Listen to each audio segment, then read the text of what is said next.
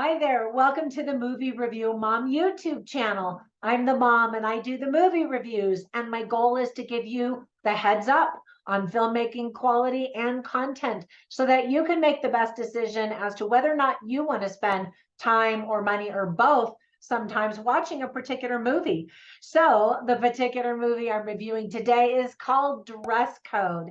This dramatic movie released in select theaters on July 8th, 2023, and will be available for online streaming very, very soon. So the movie is rated R and it's an hour and 48 minutes. My movie review mom grade is a B plus, maybe even an A minus.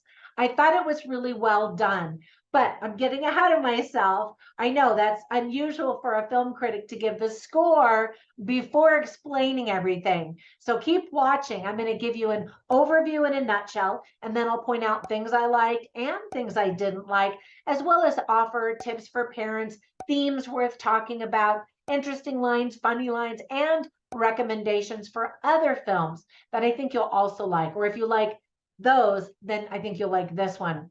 All right, let's get started. In a nutshell, the film was directed by Joseph Pupello, and congratulations to him on his directorial debut. I'm always so impressed. Writing credits go to Peter Panagos. So the story is about Babo Russo. Delete that. So the story is about Bobby Russo, who was born into a life of organized crime. From early on, he learned many lessons from his family, including loyalty, respect, and honor. He also learned that secrets can be dangerous. All grown up, Bobby now realizes that the most dangerous secrets are his own. And I love the movie poster that has a picture of his face, and then on it says something like, the truth doesn't always let you be free, set you free, from the Bible scripture. Anyway, this movie review is a long time coming. The lead actor, Gerard Gorilli, invited me to watch this movie several months ago, but three of my parents were all dying at the same time. They died weeks apart from each other, two of them 10 days apart. Anyway, my life was spinning and I kept putting it off and telling him I can't do it right now. I can't do it. Finally, I'm also back from a trip out of the country. And so finally I had time to watch this. And so thank you for your patience, Gerard. Now we need to set up an appointment so I can interview you and talk about your experience as an actor. So reach out to me and let me know what your schedule looks like. All right, so here's the list of things that I really liked about the movie. First of all, while the movie is a low budget indie, it doesn't feel like it. Great directing. Round of applause. Joseph Pupello has already won 2 Best First Time Filmmaker awards, which is amazing. Congratulations again. The cast includes Gerard Gorilli, Freddie Maas, Frank Osso, Maria Marinaro, Alex DiTrolio, Nicholas Giordano, and so many more. This is not the typical gangster movie that you'd expect. Now, we do see gangster stuff happening, but there's more to it than that. So I asked Gerard to send me some little known fun facts about the film. And so here are a few of the ones that he sent me. I always think that these are super interesting. And I love it when you get to learn about them before you watch a movie so you can kind of appreciate the filming and what happened even more so. So fun fact number 1, they shot this movie in only 22 days in the winter of 21 and 22 in New Jersey, with just 1 day of reshoots in June of 2022. So the pandemic definitely affected the entire production schedule, as we've seen pretty much in any movie that has come out since the pandemic began, right? Fun fact number 2, Peter, who's the writer, and Joseph, who's the director, actually grew up together in Staten Island and are best friends. I love that. They are the founders of the production company called Oh Well Productions. And I think that's a really cute title. It even has a little double entendre, which I always appreciate. Fun fact number 3, to portray Bobby Russo, actor Gerard Gorilli had a lot of character inspiration from actor Tom Wilkinson, his character that he played in the movie called Normal. Check that movie out if you like this one, and comment down below. Let me know if you've seen that one. The fourth fun fact is they shot the film as he called guerrilla style, which meant that certain local store owners were very accepting of letting them use their place of business for shooting. Fun fact number 5, it took a whole year to find the actor who played the young Bobby Russo. And by the way, I thought that young actor did a really great job, and he looked like the grown-up Bobby Russo. So well done on casting. What they did is they posted on Facebook an ad for casting, and they ended up finding the actor only 1 week before they were scheduled to begin production. That's pretty amazing. Fun fact number 6 is on the first night of shooting, they shot behind a warehouse in Cedar Grove, New Jersey, late at night. Well, an alarm went off, and so the entire crew and the actors had to find another location nearby quickly. Fun fact number 7, actors Gerard Gorilli, Kevin Williamson, and Peter Panagos all worked alongside in the feature film Hard Laughter, which is now on Amazon Prime Video. Fun fact number 8, there's just a few more. Gerard Gorilli gave his mom, father, and sisters cameos in the film, which I love. If I were ever going to be in a movie or make a movie, I would definitely put all my peeps in it. I think that's really cool. Actor Gerard Gorilli had actor Eddie Sosienski really hit him in order to get the emotion out for Bobby's character. And it was not a soft, little slap. Fun fact number 10, all of the actors were either from New Jersey or New York because they really wanted this project to feel like a true gritty East Coast film. And it does. The locations work and the accents work and the physicality of the actors definitely work too. Fun fact number 11, actor Freddie Moss worked with Peter Panagos and Joseph Pupello, the director, in their very first film called Love in a Coffee Shop. And I actually tried to find that on Amazon Prime and I couldn't.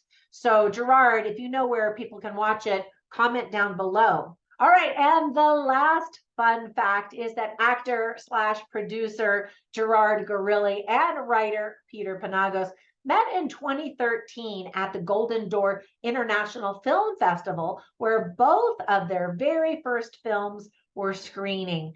Those films are called Fratello and Love in the Coffee Shop. So I think that that's so fun that they met and then the rest is history. That's great. Now, with all of that praise, there were a few things that I didn't like or just thought could have been done better.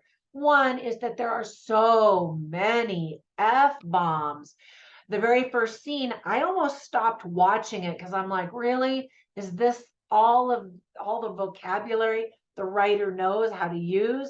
Now, obviously, these guys are mob bosses and criminals, and that's how they speak. They're also East Coast, and that's how people talk. And so I kept watching because I liked what I saw enough that I thought, I think that there's good here, and there definitely was. But just a heads up that it's, a little bit hard on the ears for me. Some of the editing was choppy, but again, this is a first-time director, so well done. Some of the blood and the makeup look super fake. They look like makeup, you know what I mean? But again, that comes with experience as well. The timeline moves back and forth, which might confuse some viewers. There's a young boy who grows up, and there's some bouncing back and forth. And so if you know that ahead of time, then you're just like, oh, okay, here we go. And like I said, the two actors actually did look enough alike that you were like, oh, okay, yeah, I get that. Many of the actors speak super fast, and so it's often hard to understand what people are saying, but that's really common with new actors as well, which this movie has. So let me give you some tips for parents. The biggest tip is that this movie is really not appropriate for kids. A teenager pulls a gun on some other teens. We see parents argue and treat each other very disrespectfully. A teenage boy puts on makeup and women's clothing. Tons of racial slurs against a variety of races religions and cultures. Homophobia and offensive terms are used for those in the LGBTQ plus community. An adult gives a teenager a beer and they both admit that it tastes terrible. And when the teenager asks how people can drink it, the uncle explains, quote, "It makes the days go by," end quote, which is really sad. So a lot of alcohol is consumed, not just beer. There is profanity, and as I mentioned, many F-bombs. And then we see a bunch of men dressed as women in a bar dancing and just having fun. And so whether they are transvestites or gay or whatever label you want to put on them, there are a variety of them, and they're just having fun and really for the first time getting loose and just enjoying being who they believe that they are, their real selves.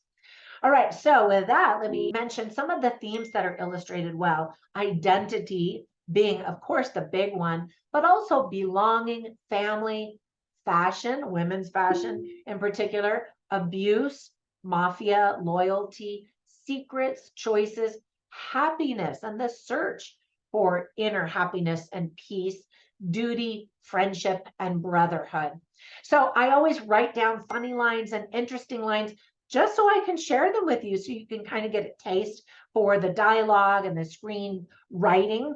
And so I have them all in my written review at moviereviewmom.com, but I'll share a few of them with you right now. So one of the funny lines is spoken by Gerard Gorilli, who plays Bobby Russo, the grown-up Bobby. And so anyway, he's just having kind of a fun conversation where he's razzing somebody and there's some playfulness amongst the friends and the family members. Anyway, and so he says, "I hear jealousy leads to receding hairlines," and the guy is bald. And so I just thought that that was kind of cute. And then there are some interesting lines. Uncle Rocco Russo is very supportive of his nephew. He's played by Frank Osso, and he's talking about his son who, as a young boy is starting to put on makeup and women's clothes, and his dad is not having any of it. He is furious. And so the uncle says, he's got a good heart and he's smart. What else does he need? And, and the father's just like, that's not how we do it. And then the uncle says to his son, when his son is really starting to act out on some of this stuff and his relationship with his father is being affected. And he says, "You honor your father always." And so there's a father-son theme definitely in the movie as well. And then Alex DiTrolio plays Joyce Russo. She's the mom, and she is so sweet and so supportive, wants her son to be happy, as all moms do. And so she says to her son, who's trying to figure out who he is and who he wants to be, she says, "You people think that if someone's behavior is strange, then they're strange." And then Bobby Russo says, "You don't ever have to be ashamed for who you want to be." And he's still trying to figure out who he wants to be versus who he really is. And so many in America, especially, I mean, throughout the world, but especially in America, are trying to figure out how many genders are they and which one out of the thousands are they. And I won't go into all of the politics behind that, but I think that this movie will resonate with a lot of people who are struggling or who support people who are struggling. All right, so I wanted to recommend the movie that he recommended as well, called Normal. And then another movie that I just recently reviewed, in fact, I don't even think it's up on YouTube just yet, is called Somewhere in Queens. And it's not about anybody in the LGBTQ plus community, but it's about these, New Yorker gangster types of personalities and another teenage boy who's trying to figure out who he wants to be and how life works and where he fits in the world. And so I highly recommend that one. It was written, directed, and starred by comedian Ray Romano. So big thumbs up for that one as well. All right, I hope if you watch this that you really do enjoy it. And thank you so much for supporting my channel. Anytime that you like my videos or subscribe, of course, or comment down below, it spreads magical YouTube fairy dust all over my channel, which helps other people find it. So when you get a minute, run over to Instagram. You can also find me as Movie Review Mom over there, as well as in a Facebook group called Movie Review Mom. Really, Twitter, LinkedIn, I mean, all of those places. But also, I'm listed as Trina Boice as an author. So follow me, subscribe. Let's be besties and friends. Have a fantastic day. Talk to you later. Bye for now.